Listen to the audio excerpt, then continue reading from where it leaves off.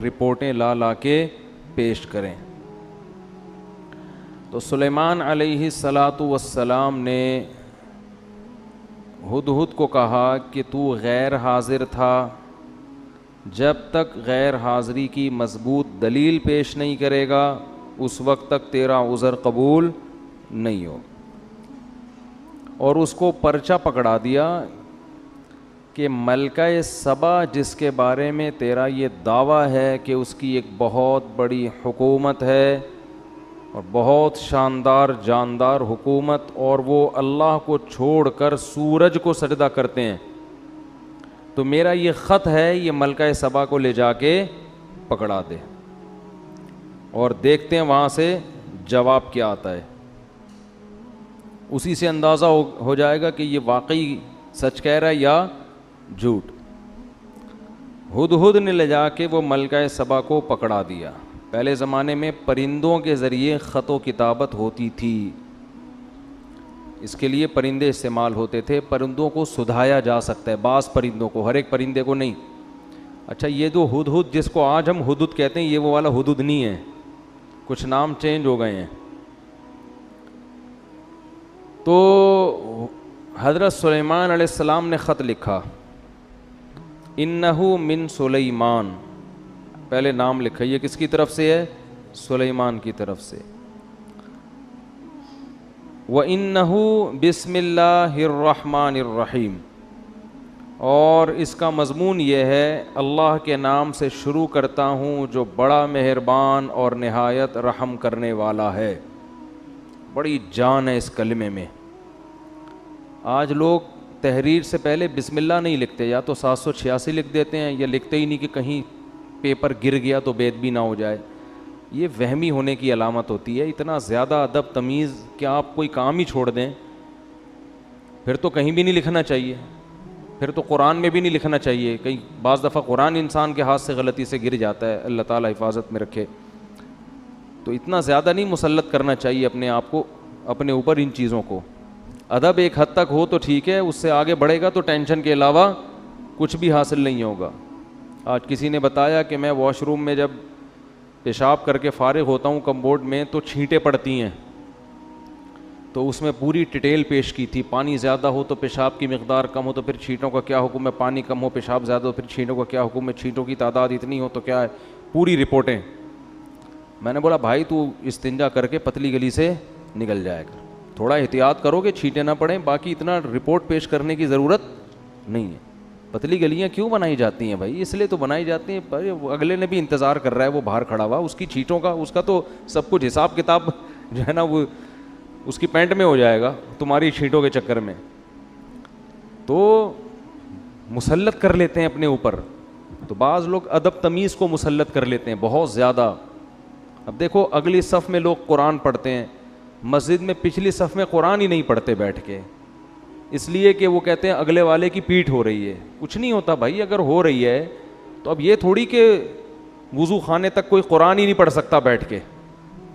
तो ये तो मजबूरी है, जब सफ़ों में बैठेंगे तो पुश्त से बचना मुमकिन नहीं है, तो कोई मसला नहीं है। अगली सफ़ में भी लोग कुरान लेके बैठ जाएं, पिछली सफ़ में भी बैठ जाएं लोग लेके, इस बहाने तिलावत तो करेंगे ना। हाँ, जान जान कर बेअदबी करना या वो तरीका इख्तियार करना जिसमें वाज़े तौहीन हो, ये जायज़ नहीं है।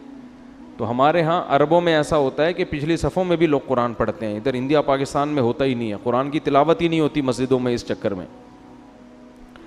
अच्छा, तो हज़रत सुलेमान अलैहिस्सलाम ने ख़त लिखा, बिस्मिल्लाहिर्रहमानिर्रहीम, अल्लाह के नाम से जो बड़ा मेहरबान और नहायत रहम कर। क्या जान पैदा हो जाती है इससे आपकी तहरीर में। और आगे मज़मून देखो, अल्लाह तालू अलैया, बात यह है सरकशी मत करो, व अतूनी मुस्लिमीन, फरमा बरदार बन के चली आओ, बस दैट्स ऑल। आगे अपने साइन या स्टैम्प जो भी होगी, इतनी सी बात ठीक है ना। मैंने उस दिन बयान किया था ना कि ज़्यादा बोलना किसकी अलामत है? फॉल्ट की। तो सुलेमान अलैहिस्सलाम ने टू द पॉइंट बात की है। अब सवाल पैदा होता है, भाई ये क्या धमकी हो गई यार, बैठे बैठे किसी को भी धमकी लगा दो। उनकी पूरी गवर्नमेंट है, पूरी रियासत है, पूरा एक कंट्री चला रहे हैं और आप उनसे कह रहे हो कि इंसान के बच्चे बन के चले आओ, छोड़ दो गवर्नमेंट, अपनी हुकूमत छोड़ दो। असल में सुलेमान अलैहिस्सलाम ने बिस्मिल्लाहिर्रहमानिर्रहीम के लफ्ज़ में मैसेज दे दिया था कि ज़मीन पे हुकूमत का जो असल हक़ है वो अल्लाह को है, और निज़ाम किसका चलेगा? अल्लाह का। इसके अलावा किसी को ज़मीन पर हुकूमत का हक़ हासिल नहीं है। हाँ, ताकत के बलबूते पर कोई गलबा हासिल कर ले तो सामने वाले में अगर ताकत नहीं है तो सब्र करे, लेकिन सुलेमान अलैहिस्सलाम में पावर थी तो उनके हाथ से ताकत के ज़ोर से इस्लाम फैलाए, तो कुफर किस ज़ोर से फैलाए? क्या वो जलेबियाँ खिला के फैलाए, लड्डू खिला के फैलाए? दुनिया में जितनी हुकूमतें बनी हैं ताकत के ज़ोर से ही बनी हैं। हिंदुस्तान में महाराजे आए, उन्होंने लड़ के इलाकों पे कब्ज़े किए। अमेरिका दरियाफ्त हुआ तो लड़ाइयाँ हुई हैं, कालों को मारा है। ऑस्ट्रेलिया में तो कालों को, लाखों कालों को ऐसे मारा है बंदूकों से जैसे हम हिरन का शिकार करते हैं, इस तरह से मारा है। दुनिया में कहीं भी कोई गवर्नमेंट पावर के बगैर नहीं बनी है। उसके बाद फिर वो जमहूरी निज़ाम आया गवर्नमेंट बनने के बाद कि अब मुल्क के हाकिम की सिलेक्शन कैसे होगी। तो इस्लाम ने क्या हुक्म दिया, और इस्लाम तो ताकत के ज़ोर से फैला ही नहीं है। एक शख्स आप दुनिया में ऐसा नहीं दिखा सकते जिसको तलवार रख के मुसलमान किया गया हो, एक शख्स नहीं दिखा सकते आप ऐसा। तो सुलेमान अलैहिस्सलाम ने के पास चूँकि पावर थी ना, जब आपके पास पावर होती है तो आप ज़्यादा लंबी चौड़ी बातें नहीं करते। ताकत जब होती है ना, देखो एक बॉडी बिल्डर ने अपना वाक़या सुना है, बहुत डोले शोले बने हुए, बड़े लंबे चौड़े, तो उनका किसी से फड्डा हो गया ना, जिससे फड्डा हुआ उसने इस बॉडी बिल्डर को देखा नहीं था, बस वैसे ही लड़ने चला गया घर। अबे तूने मेरे भाई को छेड़ा, अबे तेरी ऐसी की तैसी, जाके दरवाज़ा नॉक किया। अब ये बिल्डर मुझे खुद अपना वाक़या सुना रहा है। बिल्डर का दरवाज़ा नॉक किया इसने, था बारीक सा दुबला पतला जो नॉक करने वाला है। तो बिल्डर जब कहता है, मुझे कहता है जब मैं घर से बाहर निकला ना तो मुझे देख के ना वो ऐसे गुस्से में गज़बनाक आग बगोला हो रहा है।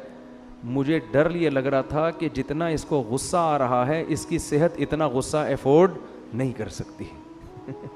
ये तो मेरे अल्फाज हैं, ये उन्होंने तो कुछ और कहा था, यानी उसकी ताबीर मैं कर रहा हूँ अपने अल्फाज में कि इसकी जो सेहत है ये इतना गुस्सा अफोर्ड